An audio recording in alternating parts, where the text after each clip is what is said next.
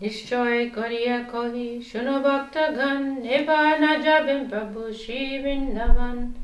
With great assurance, he then told the devotees that Lord Chaitanya would not go to Vṛndāvan at that time.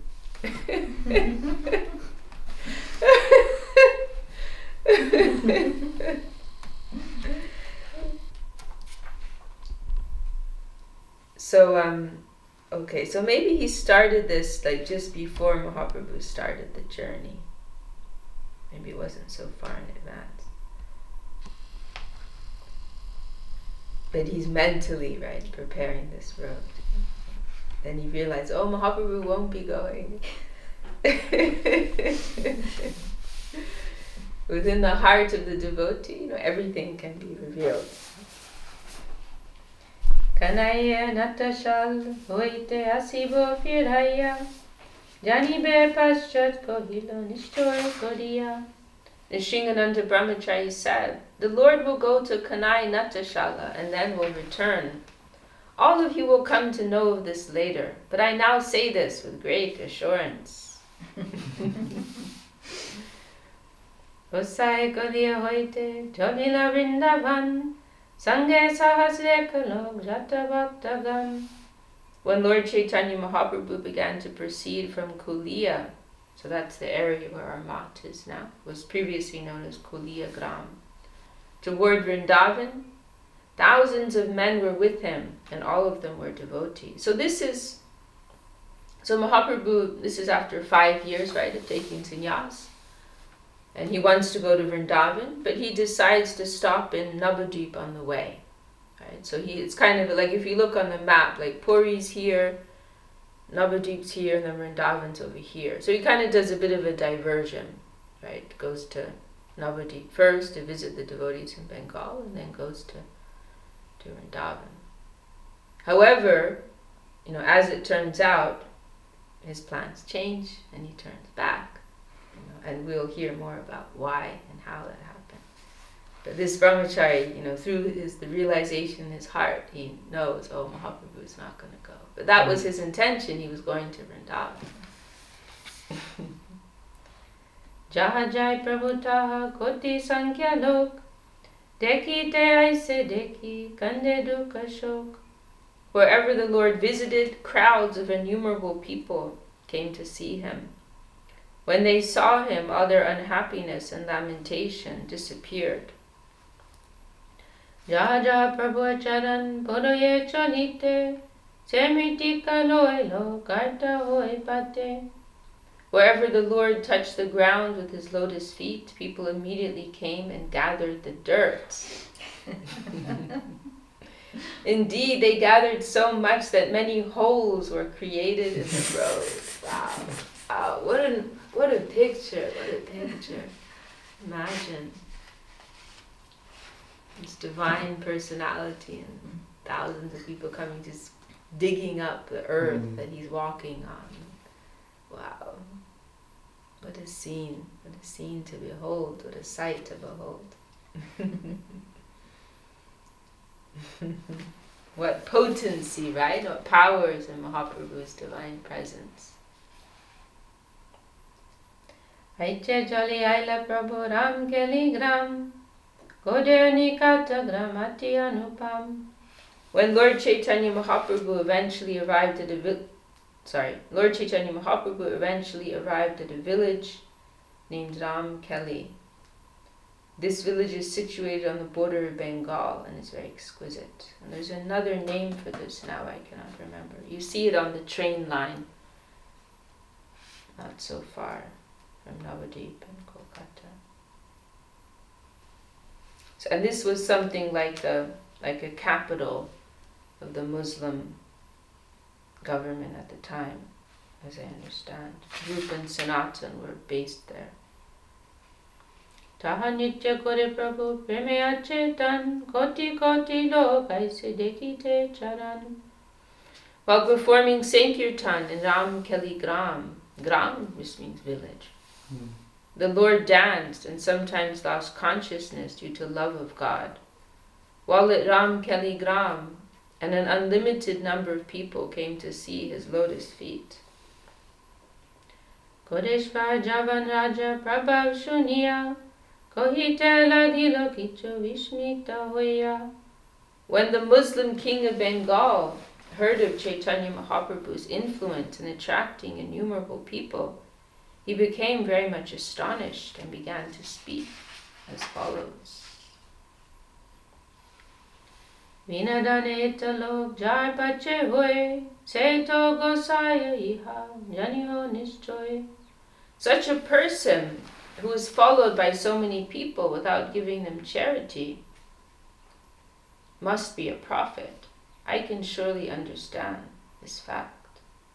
So he's saying, like he's not paying them. Like I have to pay people to do what I want, and even then I struggle. But all these people are just following him. They're not getting anything out of it, materially speaking. Mm-hmm. So he must be some great soul, right? Some prophets translating here. Kaji javani hana koriho himsam, apani chai bulun jahau harman. The Muslim king ordered the magistrate, do not disturb this Hindu prophet out of jealousy. Let him do his own will wherever he likes. Keshav chachire raja varta puchilo, prabhur mahima chachi udaya dilo. When the Muslim king asked his assistant, Keshava Chatri, for news of the influence of Sri Chaitanya Mahaprabhu, Keshava Chatri, although knowing everything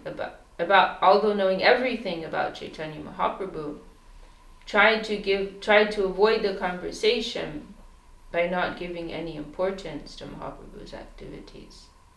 So this Keshava Chatri, perhaps he's a Hindu, perhaps he knows something about the king, but he's worried, right? Because the king, he could be, he's not reliable, right? Now he's saying, oh yeah, he's okay, but the next day he could feel threatened, right? Who's this Hindu religious leader, like taking everyone's attention, right? He could feel threatened and then cause trouble for Mahaprabhu. So this Keshava Chatri, some type of, where he says he's his minister, assistant. He's like trying to, what's the word? Play it down. Like, oh, it's nothing. I don't remember who he is exactly. He must be sympathetic to the Vaishnavas. Pikari sannyasi kore tirtha payartan, tade deki bade aise dui chadinyam. Keshava Chatri informs the Muslim king that Chaitanya Mahaprabhu was a mendicant, touring different places of pilgrimage, and that as such, only a few people came to see him. Javane tomatai koruye lagani, tahim sailab nahi hoya hani. Keshava Chatri said, out of jealousy, your Muslim servant plots against him. I think that you should not be very interested in him, for there is no profit in it. Rather, there is simply loss. Dajare prabodhi keshav brahman bataya, cholivai tare prabodhi batailo kohiya. After pacifying the king in this way, Keshava Chatri sent a Brahmin messenger to Mahaprabhu, requesting him to leave without delay. Just get out of here. The king's noticed you, now you don't know what's going to happen next. Nabir kasere raja puchiloni brite, kosaya nahi mate lagilo kohite. In private, the king inquired from Dabir Kas, Srila Rupa Goswami, who began to speak about the glories of the Lord. So remember, Rupa and Sanatan, they're so closely involved in the Muslim government. They have Muslim names by now. And they've got beards, and they have a Muslim appearance. They've been what's the word? They've been integrated. And so Dabir Kas is Rupa Goswami. He's perhaps the finance minister of the Muslim king. So he's working closely with the king, and the king's asking him who is. And so Rupa Goswami begins speaking about the glories of the Lord. Yetamare rajadilo jetamar gosaya, tomar deshe tomar bhagya janmila asiya. Srila Rupa Goswami said, the Supreme Personality of Godhead who gave you this kingdom and whom you accept as a prophet has taken birth in your country due to your good fortune. Gurudev actually mentioned here, like you can see the difference here. Like, Rupa Goswami's has this little more simplicity here. Right, Rupa Goswami. He said, the Supreme Lord himself has appeared, and the other guy is trying to be more careful. He's just some random traveling, mendicant. Don't need to think about him. Not an important person. But Rupa Goswami is not being very diplomatic here. He's you're so fortunate, the Supreme Lord appeared in your land. You didn't mention that. And he made a comparison also between Rupa and Sanatan, because Sanatan is very diplomatic, very highly diplomatic. And you see later he orchestrates this whole thing to get out of prison. Right? Well, first Sanatan gets himself into prison because the king won't let him go, so he has to first fall out of favor with the king. So first he deliberately angers the king so that the king puts him in jail. And then he has to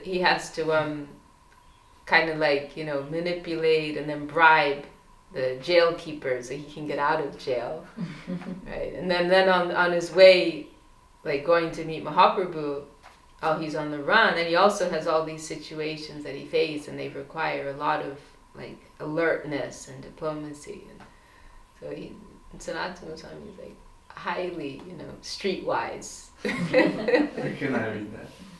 It sounds like. What did you say? So where can I read that? It's coming up. It's all coming up. Yeah. Oh, it's one of my favorite chapters. Yeah, it's so cool. That sounds good. It's so cool. Sanatana Goswami. It's wonderful, beginning to end. That's my Jalila chapter. Let's see, 20 or 20 something. Yeah, it's wonderful. First he tells the king that he's sick, right? So he can't come into work. But he stays in his home and he holds these big Bhagavatam discourses. He has Brahmins coming in. So it's obvious he's not sick. Anyone can see, So the king gets annoyed, obviously, and he ends up putting him into jail. And then the Sanatan, he plays around with the jailkeeper, saying that, well, first he puts the money in front of him. He organizes the money, and then he tells him, it says in the scriptures that if someone can release a person from bondage, then they will also be released in the future, And that bondage is referring to bondage of the material world, right? Not just literally getting someone out of prison. It's not what it's talking. But he kind of plays with the man. He's a simple man, and he puts all this money in front of him, and so then he lets him go, and then along the way, then there's this other incident with some local bandits. They're running a hostel, and they stay for the night, and they're running this hostel, but they're actually total rogues, they're bandits, and then they thieve, and they steal from people, and they kill people. They're gangsters basically, and then they arrive and they get there and they're being given their place, and what happened actually first is because he can't go on the main road Sanatana Goswami. Because he's on the run, right? He's a fugitive. So they have to go in these really dangerous, like, back roads and through very wild areas. And so there are some men that they come across these men to help them cross over. I think it was like that. But anyway, then at a certain point, these men, they're offering, oh, well, we have some food that you can, some like grain you can cook. They're like too friendly, you know. And Sanatana's like, hang on, you know. I love this line saying that, you know, Sanatana was hungry, so he accepted the food. But it said, but he was the prime minister of the government, so he was very sharp, and then he began to question that man. So he knew something was off. Something was up. Like, why are they being so nice? And so then it comes out that how did it go exactly? Oh, that's right. Then he asks his servant Ishan, are you carrying any money with you? You know, it's like you go into a dangerous ghetto area with a bunch of cash. You don't do that, right? It's not smart. So Sanatana wasn't intending to carry anything with him. But then he's thinking, hang on, maybe my servant has something. And so he asks his servant, are you carrying any money with you? And his servant says, oh, I'm carrying 7 gold coins. And then Ishan says, immediately go and give those coins to those men. Like, otherwise they're going to kill us for that money. So Ishan goes and gives the money. And these men, you know, we hear different occasions where these kinds of bandits, they have an astrologer, or Jyotish they call it, and they can make calculations on like what people have, right? And so then those men, they said, oh, thank you so much. You saved us from the sin of having to kill you for the 8 gold coins that you have. And he said, 8? And so I was like, oh, hang on a minute. Ishan, are you holding another gold coin? Yes, you know, take that coin and go home. And so he sent him back.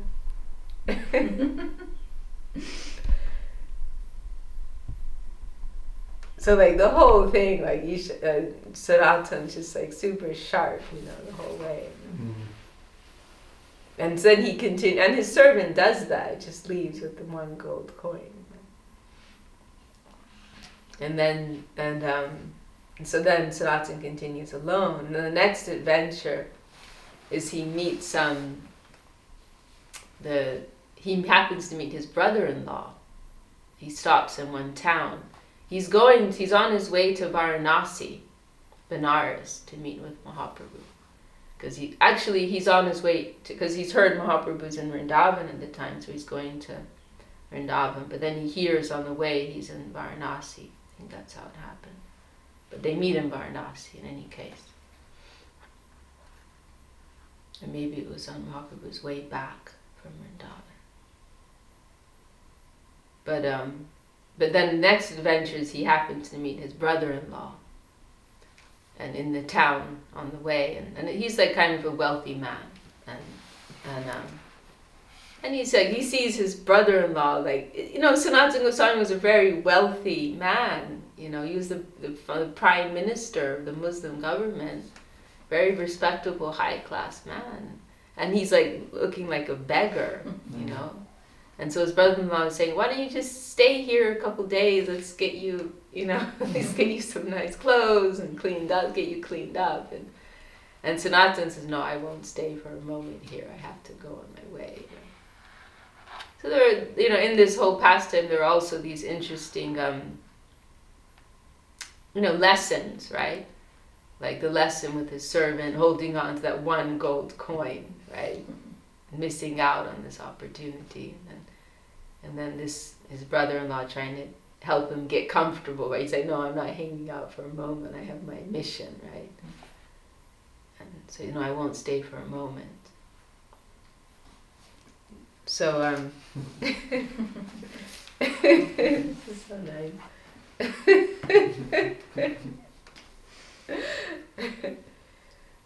So his brother-in-law says, okay, well, please at least take a nice chadar with you. You at least take a better chadar. Wearing his rags. You heard this story. So he gives him an expensive chadar. And then finally finally Sanatana reaches the doorstep of Mahāprabhu. I believe it's at the home of Chandrasekhar-acharya. But he's feeling very shy to go in, out of humility, natural humility, and I think also because he was pretty much a mess, And he's also got like a long beard and tattered clothes. So he just sits outside at the doorstep. Mahāprabhu immediately consents. And he tells to Chandrasekhar, can you go see if there's a Vaishnava at the door? And then Chandrasekhar goes and looks, and he just sees this like beggar. No, there's no Vaishnava at the door. Is there anyone at the door? Oh, there's this Muslim fakir, like a beggar, holy man type. He's there. Please bring him in. When he comes, the Mahāprabhu immediately embraces him. And you see in some places, maybe you might have seen in Vṛndāvan, there's a beautiful painting showing that moment when Mahāprabhu is embracing him. And Sanatana is very ashamed and trying to go back. And there's a beautiful verse, how does it go? Toma sparsha, toma deki, gai tomar gun. Mahāprabhu is saying, like, to see you, to touch you, to speak your glories. Like, this is the real fulfillment of the senses. And you're so pure, you can purify the whole universe like this. And so they have this very ecstatic meeting.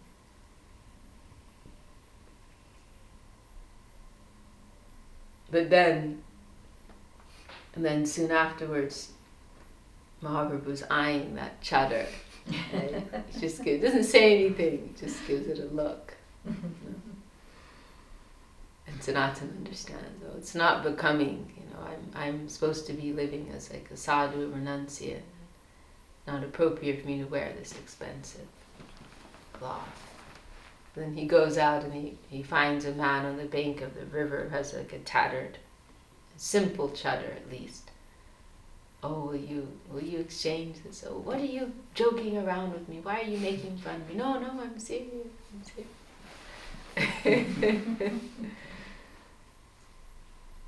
It's one of the most wonderful pastimes, that whole section in Chaitanya-charitamrita.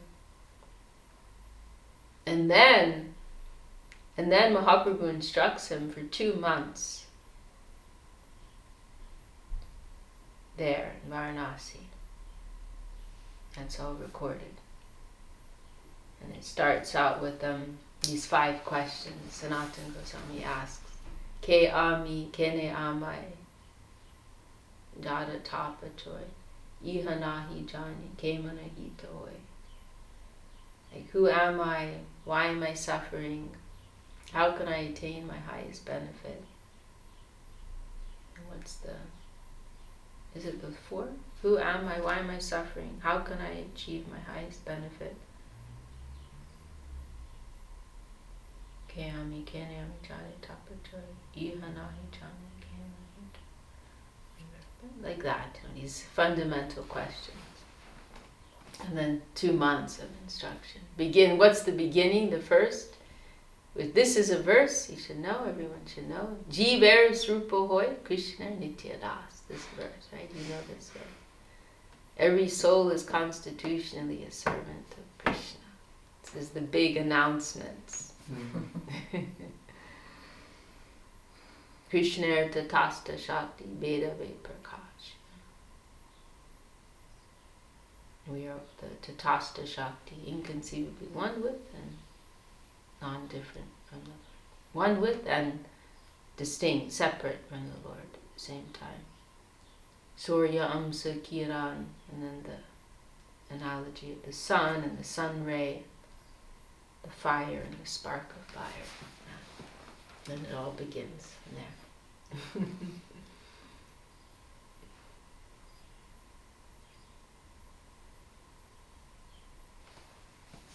We will read a little bit more.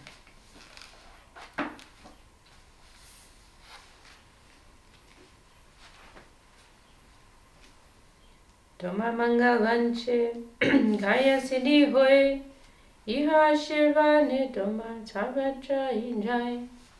This prophet always desires your good fortune. By his grace, all your business is successful. By his blessings, you will attain victory everywhere.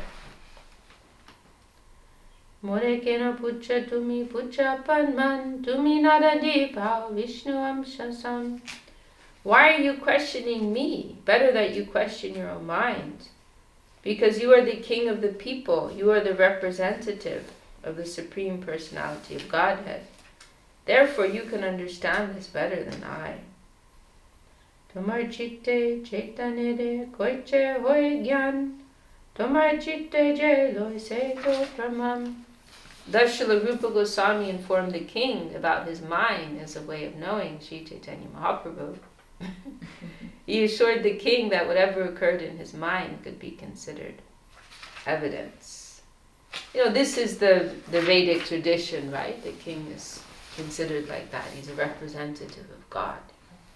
You know, nowadays it's Kali Yuga. Everything is the opposite, right? So generally the leaders of the country are the most corrupt. But in the Vedic tradition, the most qualified person, you know, they are the king. And they're considered a representative of the Lord. So he's saying, you know, you're the king, so you can inquire within your own mind. You can know that this is the Lord. And, you know, I think flattering him, you know, a little bit, keep him happy, you know. Rajakohe shunamor mane jeloy sakshadishai hanaiko samshoy. The king replied, I consider Sri Chaitanya Mahaprabhu to be the Supreme Personality of Godhead. There is no doubt about it. Itakoi raja gela nija vyantare tobe dabir ka sailapana gore. After having this conversation with Rupa Goswami, the king entered his private house. Rupa Goswami, then known as Dabir Kas, also returned to his residence. Koreasi duibai yukati kodia, Prabhu deki bare chole vesha lukaya. After returning to his residence, Dabir Kash and his brother decided after much consideration to go see the Lord incognito. Ardarache duibai aila Prabhu stane Patame minila nitananda haridasa sane. So is that Sanatan? It's not actually mentioning Sanatan by name. Yeah, it mentions in the next verse here. It's here. Thus in the dead of night, the two brothers, Dabir Kas and Sakar Malik, so Sakar Malik is the Muslim name of Sanatan, went to see Sri Chaitanya Mahaprabhu incognito. First they met Nityananda Prabhu and Haridas Thakur. So, you know, they don't want to draw attention to Mahaprabhu and their relationship with him also. So they don't want to get themselves or anyone into trouble. So they're going undercover in the middle of the night, midnight meeting. Nityananda Prabhu and Haridas Thakur told Mahaprabhu. So did I say they first met Nityananda and Haridas, then Nityananda and Haridas, they informed Mahaprabhu that Rup Sanatan had arrived. Dui guccha china duhe dashane dodiya, gale vastra bandi pare dandavata hoya. In great humility, both brothers took bunches of straw between their teeth, and each binding a cloth around his neck, fell down like rods before the Lord. So these are symbols of humility, right? I'm lower than the straw, and so putting the straw between the teeth like this. And this cloth of humility, this cloth we hear about, I've heard about, I don't know what it means exactly, but symbol of humility. Upon seeing Lord Chaitanya Mahaprabhu, the two brothers were overwhelmed with joy, and out of humility they began to cry. Lord Chaitanya Mahaprabhu asked them to get up and assured them of all good fortune. Utti dui vai tobe dante trina duri, nonya kori stuti kore, karayo na kori. The two brothers got up, and again taking straw between their teeth, they humbly offered their prayers with folded hands. Jai Jai Shri Krishna Chaitanya Doyamoy, Patita Pavan Jai Jai Mahashoy. All glories to Sri Krishna Chaitanya Mahaprabhu, the most merciful Savior of the fallen souls. All glories to the Supreme Personality. Nicha Jati, Nicha Sangi, Kori Nicha Kaj, Tomara Gerte Prabhu, Kohite Vasilaj. Sir, we belong to the lowest class of men, and our associates and employment are also of the lowest type. Therefore, we cannot introduce ourselves to you. We feel very much ashamed standing here before you. And this verse, I've heard both Srila Govinda Maharaj and Srila Sridhar Maharaj point out here that it's kind of unprecedented, this expression, because they're saying, like, it's one thing, it's one expression of humility to denounce yourself and to say, I'm low, I'm fallen. But they're also saying Nicha Jati is referring to their birth. They're saying our birth is also fallen. And especially in the Indian culture, this is a major thing to say, right? Because normally, like, your family, your parents, they're held as worshipful, but he's saying, oh, even my birth is low. Which is actually doesn't make sense, because they came from a Brahmin family, so I don't understand what they mean by that. But anyhow, Gurudev and Srila Sridhar Maharaj, I heard them both mention separately, like, how this is something unique, where they're like, they're speaking of their family as being fallen also, like, you don't normally see that.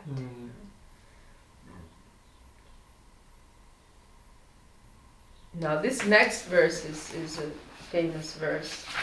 I was actually thinking about this verse last night.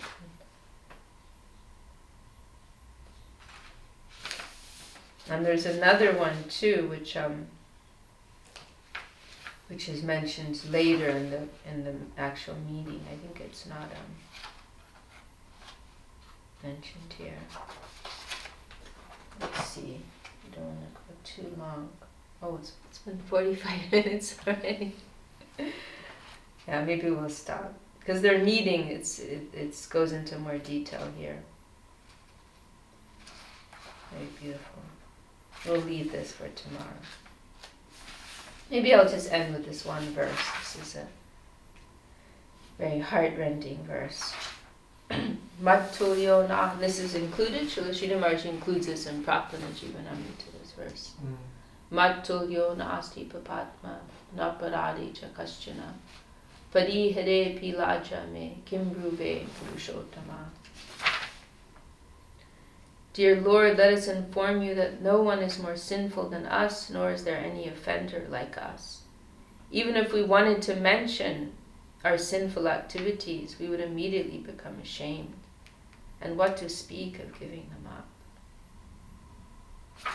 So, mattulyo nasti papatma. You won't find anyone who's more sinful than myself.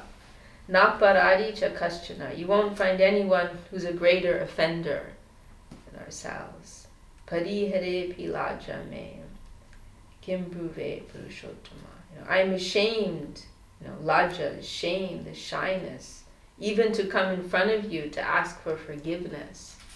Kimbruve purushottama. What can I say?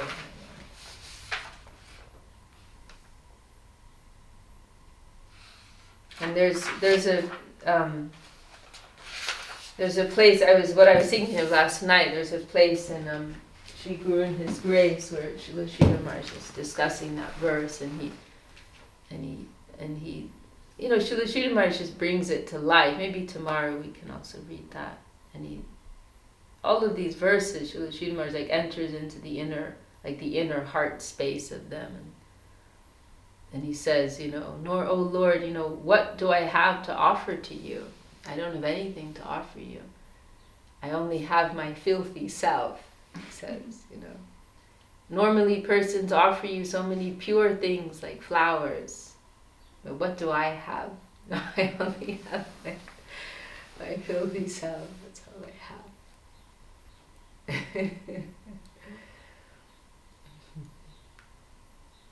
You can read that tomorrow. Okay, we'll stop there.